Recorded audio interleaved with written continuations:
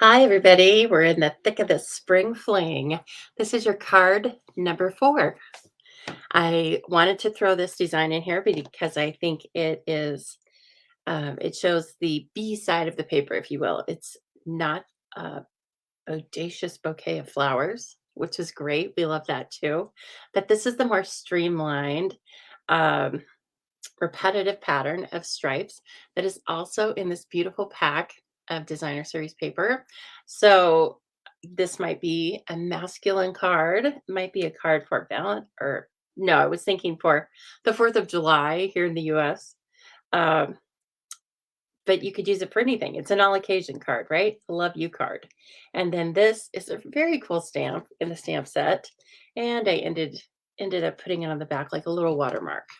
So this is the Sentimental Park stamp set. Again, all of these sentiments, you can choose several of them to put on this banner die. Let me grab the kit itself. Okay, looks like this, right? Number 4. And no, let's see. That's the wrong one. Sorry. It has the right. There we go.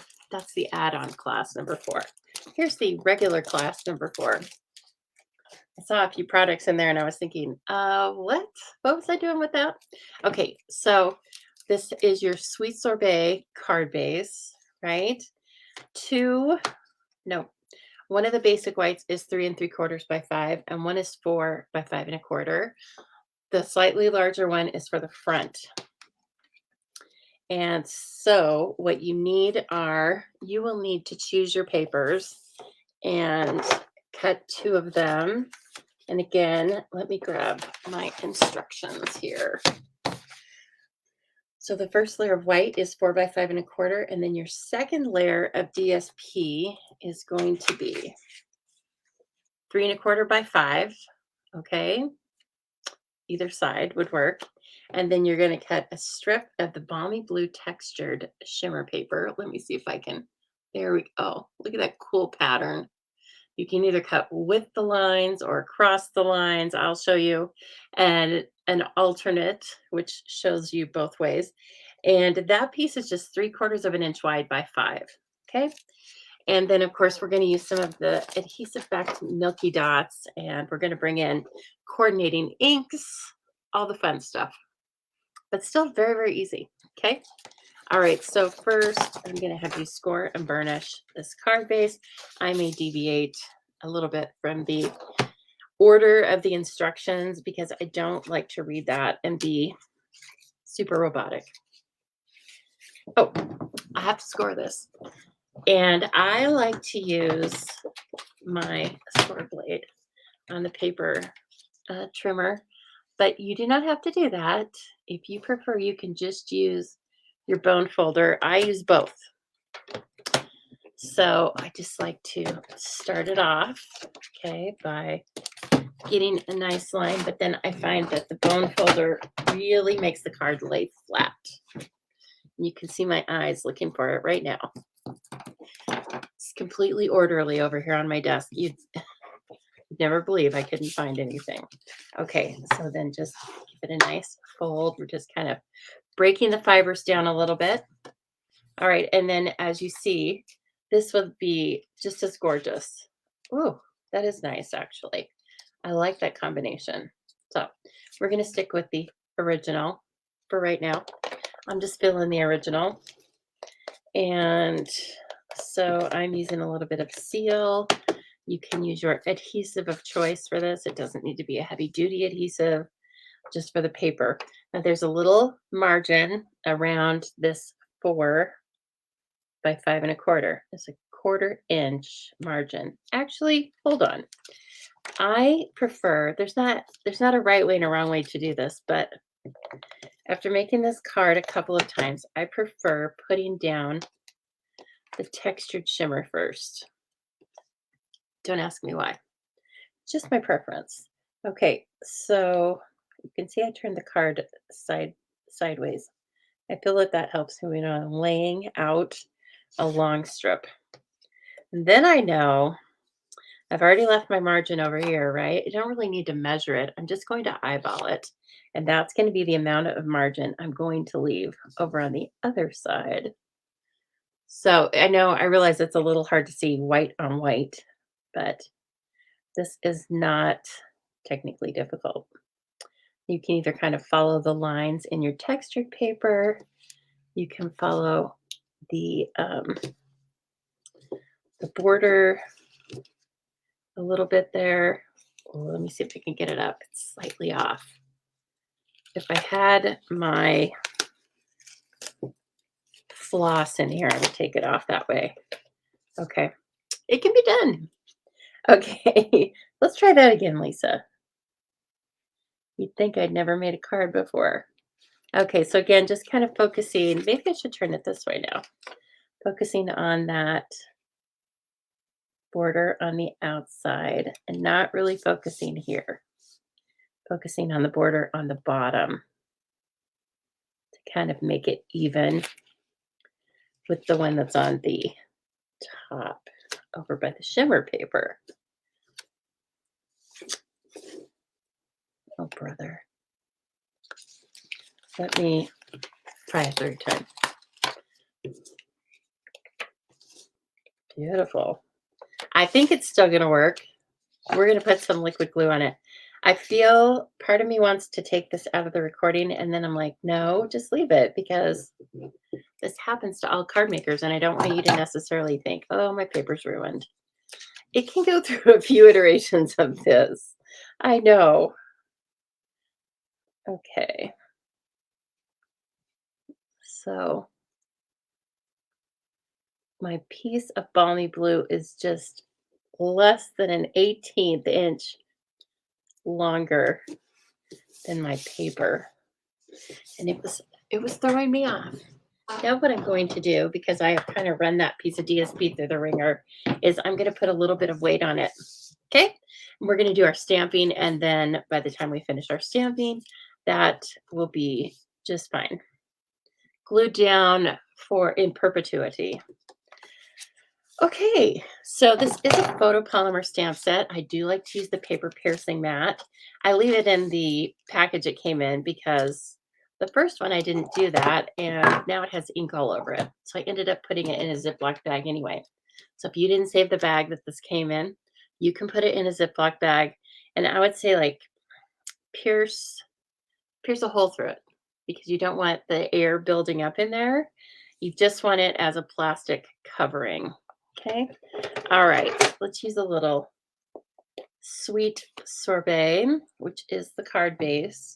And I'm going to put the largest word in that. I also have this on a slightly larger block so I can see around it, because I am stamping onto this small die cut, which doesn't have a huge margin.